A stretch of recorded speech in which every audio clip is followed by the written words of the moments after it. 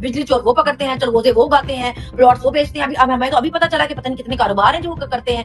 जब माओ को रेप की धमकियां दे रहे थे तब आपको औरत की इज्जत याद नहीं आई? अपने कुछ पसंदीदा पे बात आई तो आपको मजहब भी याद आया, आपको आयात भी याद आई, आपको अल्लाह भी याद आया। जिसने जो है वो औरत को जो है आसमान के ऊपर जो है पहुंचाया, उसने इज्जत दी। उसने आपका एक बयान आया सिर्फ, लोगों ने आपका क्या हाल किया है। आज इमरान खान से मुलाकात के बाद अडयाला जेल के बाहर गुफ्तगू करते हुए इमरान खान की बहनों का कहना है, इमरान खान ने कहा है कि डायरेक्ट आसिम मुनीर कर्नल को हुक्म देता है, इमरान खान पर प्रेशर बनाओ, ये सब कुछ आसिम मुनीर के हुक्म से हो रहा है। आसिम मुनीर हार चुका है, इमरान खान इन सब को हरा चुका है। आसिम मुनीर का ज़हनी तवाज़ुन खराब हो चुका है, वो जब बोलता है इसे पता ही नहीं वो क्या बोल रहा है। हार चुके हैं, आसिम मुनीर भी हारा हुआ है इस वक्त, ये हार चुके हैं। इमरान खान इन सबको हरा चुके हैं, इनके ज़हनी तवाज़ुन भी खराब हो गया। क्योंकि और यह मकबूल जान का कहना है कि पाकिस्तान की फौज ने सियासत के अंदर अपने हाथ इतने भिगो लिए हैं कि अब निकलना मुश्किल लग रहा है। इस मुल्क की बका इसी में है, ये फौज सियासत से पीछे हट जाए। सहाफ़ी अहमद नूरानी का कहना है कि आर्मी चीफ की हालत ये है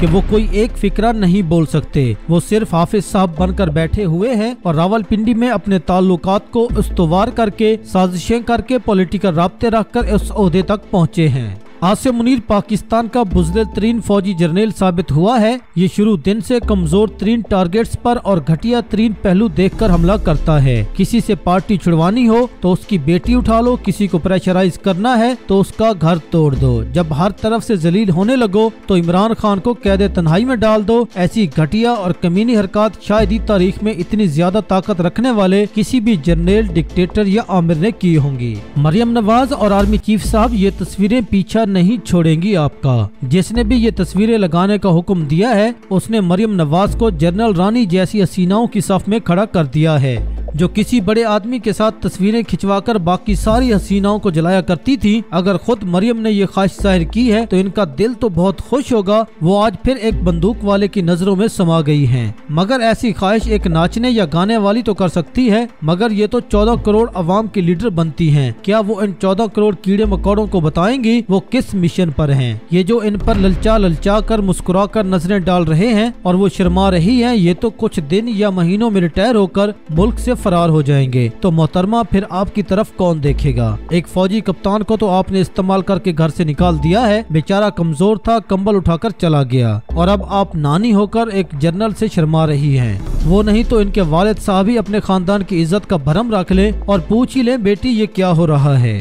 मगर क्या वहाँ भी सौदा हो चुका है? और अगर हो गया है तो बता दें किस कीमत पर? इन सब सवालों का जवाब आपको देना होगा।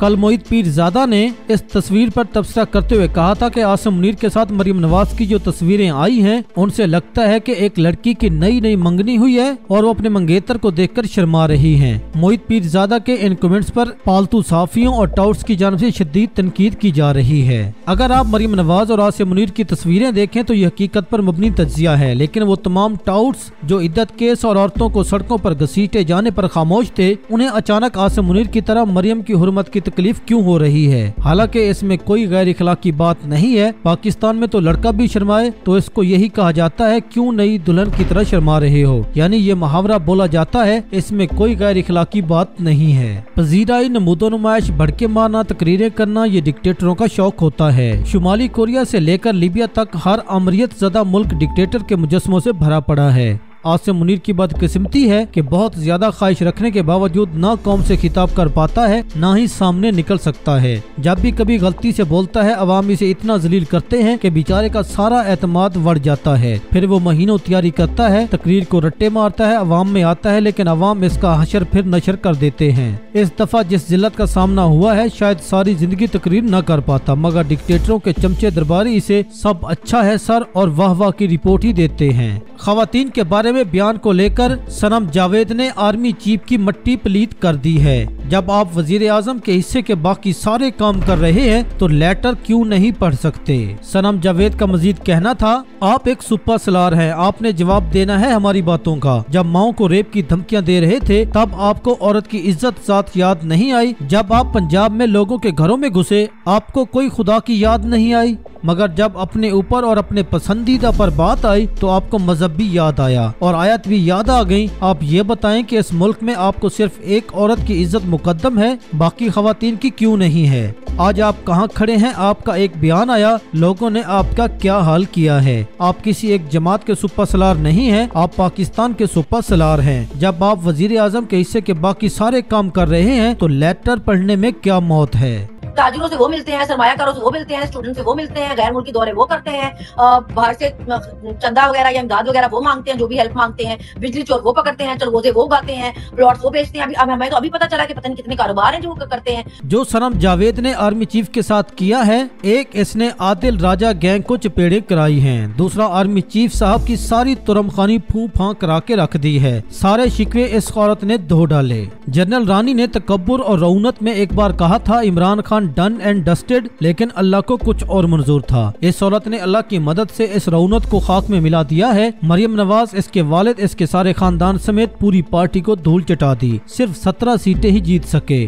खुदाई के दावे तो फिरौन को भी नहीं रास आए थे। आज वो कहती है कि वक्त ऐसा पलटा कि इमरान खान आज उसकी जेल में है। ये जिस बूट पॉलिश करके आसान रास्ते के जरिए इक्तदार में बिठाई गई है, इसके बड़े बोल, इसकी रौनक, तकब्बुर, घमंड एक बार फिर खाक में मिलने वाला है। बस वक्त का इंतजार है, ये होना तो जरूर है। जर्नेलों को समझ नहीं आ रही कि करोड़ों अरबों रुपए खर्च करके तमाम सियासी जमातों को मिलाकर इनके अपने तनख्वाहदार सहाफियों और दानिश्वरों से भी बयानिया क्यों नहीं बन पा रहा। इमरान खान की मकबूलियत क्यों नहीं खत्म हो रही। इनके मुआशी सामरी जादूगरों से मईशत क्यों नहीं संभल रही। शरीफ और जरदारी के चीनो अरब से ताल्लुकात कहाँ गायब हो गए। अवाम इनके खिलाफ क्यों है। सियासी प्रोसेस में बड़ी ताकत होती है। सियासी किरदार चाहे न चाहे वो सियासी प्रोसेस के हरकत से बालातर नहीं हो सकता। सियासी हालात किसी फर्द या ग्रोह की ख्वाहिश के पाबंद नहीं होते, चाहे वो जितना भी ताकतवर हो। सियासी हालात सियासी प्रोसेस के हरकत के ही पाबंद होते हैं। जर्नेल चाहे चाहते हैं या नहीं, इनकी ओरिजिनल कोशिश चाहे सिर्फ इमरान खान को दबाने या बाहर रखने की थी, लेकिन सियासी प्रोसेस ऐसा चला कि वो आका बनकर अवाम को गुलाम बनाने की कोशिश में जुट गए। अब उन्हें अच्छा लगे या बुरा, सियासी प्रोसेस यही है कि वो आका बनकर अवाम को गुलाम बनाने में मसरूफ हैं, और यही जंग है जो जारी है। इससे आंखें मूंदना या टाउटों की मदद से कोई और तस्वीर पेश करने की कोशिश करना बेकार है। और पीटीआई के सलमान अकरम राजा को दिया गया जर्नेली पैगाम इस जंग को दो टोक और वाज़े अंदाज से बयान करता है, जहां जर्नेलों ने कहा कि आज के बाद इलेक्शन वैसे ही हुआ करेंगे जैसे पिछले साल फरवरी को हुए थे। कौन मुंतखब होकर असेंबली पहुंचेगा, कौन नहीं, कौन जीतेगा, कौन हारेगा, इसका फैसला हम करेंगे, अवाम नहीं। क्या अब कोई शक वाली बात किसी को रह गई है कि सियासी प्रोसेस चल क्या रहा है? ये आजादी की रवायती जंग है जो असलहा के बगैर या असलहा के साथ मुख्तलिफ तरीकों से लड़ी जाती रही है। इसका असलूब तो बदल सकता है, लेकिन इसका जौहर नहीं। जौहर बहरहाल आजादी की लड़ाई का ही है। इस पैराए में तमाम इस्लाहात और अलामतों के मानी उल्ट जाया करते हैं, जिन्हें आका सहाफी गर्दानता है। अवाम इसे शाही ढोलची, भांड मस्करा गर्दानते हैं, जिन्हें आका अपना चुना हुआ मुंतखब नुमाइंदा और हुकूमत वजीर गर्दानता है। अवाम इन्हें शाही गुलाम और लोंडिया गर्दानते हैं। जंगल का बादशाह इस बात पर तैश में है कि मरियम नवाज की इसके साथ शर्माने की तस्वीरों पर मजाक क्यों उड़ाया, क्योंकि इसकी नजर में मरियम मुंतखब नुमाइंदा हुक्मरान है, जबकि यही मुनाफकत है। क्योंकि वो खुद कहते हैं कि हम जिसे चाहेंगे वही मुंतखब होगा, तो मरियम इसकी मुंतखब है, ना कि अवाम की। अवाम की नजर में शहबाज इसका गुलाम है, तो मरियम लोंडी। अगर गुलाम की बदहवासी का मजाक उड़ता है तो लोंडी के शर्माने का भी। और लोंडी के शर्माने की वजह भी यही होती है कि उसे एहसास होता है कि ये अनायत खदमात के एवज अदा की गई हैं। बाकी रहा अवाम को गुलाम बनाए रखने का सौदा, तो अब वो दौर भी गुजर गया जब एक कौम को दूसरी पूरी कौम की मदद से गुलाम बनाया जा सकता था।